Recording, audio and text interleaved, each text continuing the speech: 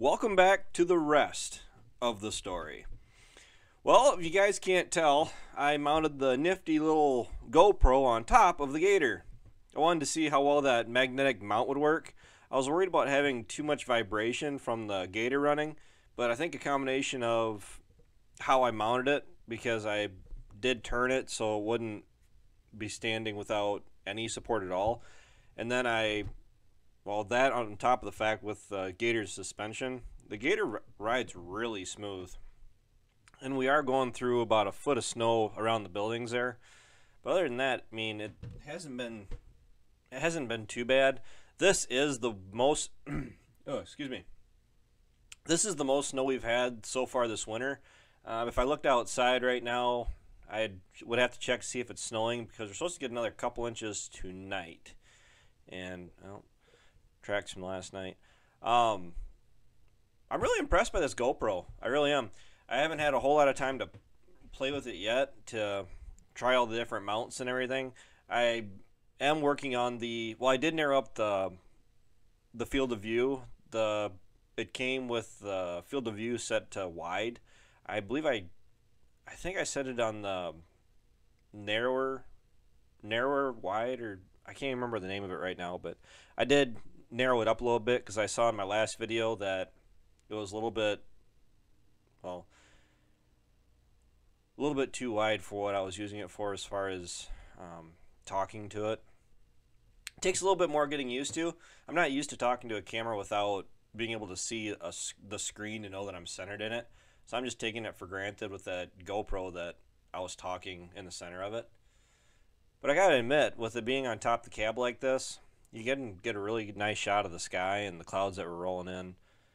I say this was taken about an hour before dark, and there really were saying more snow tonight, but oh well. The Gator handles snow and mud and dirt and hills so much better than the Mule ever thought of. I'd be stuck right now with the Mule. The first year we got the Mule, the first winter we had with it, Ryan and I took it out through the field. We got stuck about as far back from the buildings as we could. That was out at Ryan's place. And we had to walk all the way back home just to get the Bobcat to go out and dig it back out. It was stuck pretty bad. And for how much snow we had, we couldn't believe that it was a rock. Between the two of us trying to get it out, we couldn't do it. Now, you guys can see I'm going around the new seating from 2017. We do have, I can't remember off the top of my head, I think it's 20 acres of new seating that we're putting in, but in combination with doubling up the strips. Trying to gradually, we are still growing our beef cattle numbers, not just myself, but Dad and Ryan also. And we are going to gradually, as we go along here, we are going to have to put in a little bit more hay. Corn and bean prices there. I had to hop out and make sure the camera was still there. Confident that the magnetic mount would hold it there, but I was worried about any kind of vibration it could have had. You guys remember this fence row that we cleaned out last year?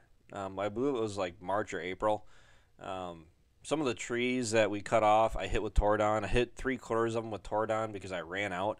And the stuff really does work because the trees that I hit aren't growing back, and the couple trees that were left are starting to grow shoots or starting to throw new branches, and they are actually a little bit more gnarly than what they were with the original tree. So and the fence line's straight ahead. We got to go through with a chainsaw and knock out some of the stumps that really took off because they were box elders, and box elders they're impossible to get rid of.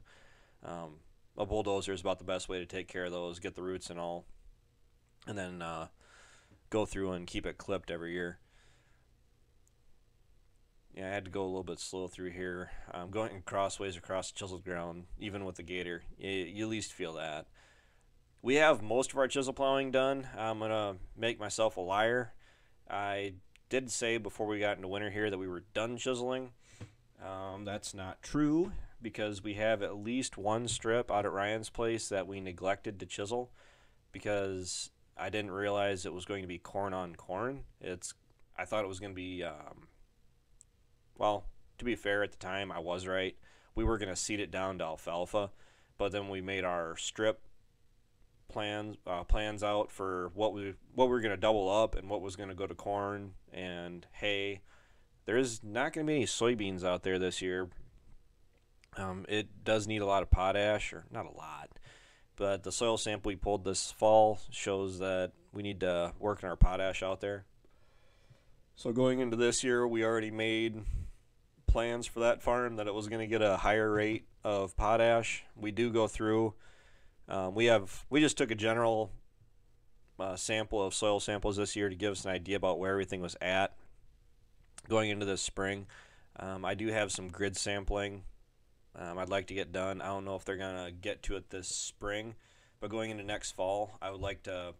I just talked to Andrew here the last couple days, and I want to start doing more variable rate fertilizer, so we're not doing just a steady, a solid rate across the whole farm when you don't really need to, depending on the soil conditions and how much the current nutrient levels.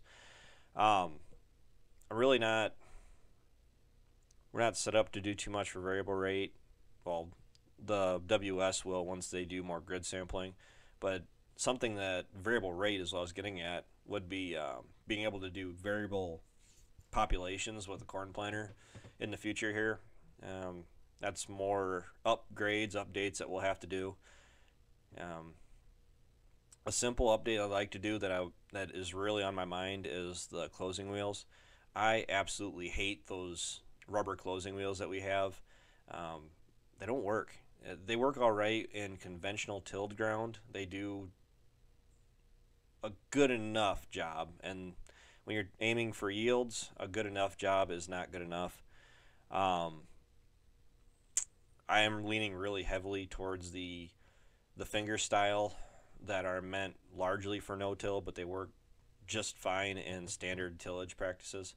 And my friend Ryan has them on his planter, and he loves them for no-till. He does a lot. I'm not sure what you classify as a lot. I guess I never asked him, but he says he does a lot of corn on alfalfa in their rotation, and he says he absolutely loves them on corn on sod. They close really well, especially on the contours for the turning you're doing. The closing wheels, the rubber closing wheels, if we had straight back and forth fields, not as much turning as we do, they would be great. But the problem is on our contours, I mean, yeah, you can see I'm following the rows right now.